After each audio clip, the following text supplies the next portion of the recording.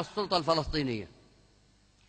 أولا دعم الحوار الفلسطيني. الشيء الثاني الوقوف إلى جانب السلطة الفلسطينية كسلطة شرعية، وأن نعزز من موقفها ونعزز من الوقوف إلى جانبها بما يسندها ويعزز من مواقفها التفاوضية مع الولايات المتحدة الأمريكية، مش مع نتنياهو. نتنياهو موظف مرسل، وأنتم تعرفوا أصله وفصله ومن أين أتى. هو مندوب في الدولة اليهودية، لا يريد أمن ولا يريد استقرار ولا رضي يوقف الاستيطان.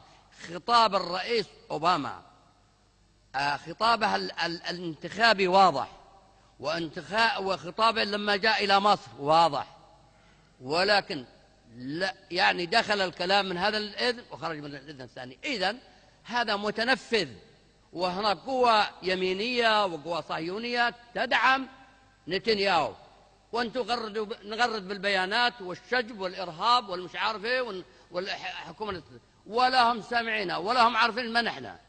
الحل هو الحل في فوهات البندقية، تصعيد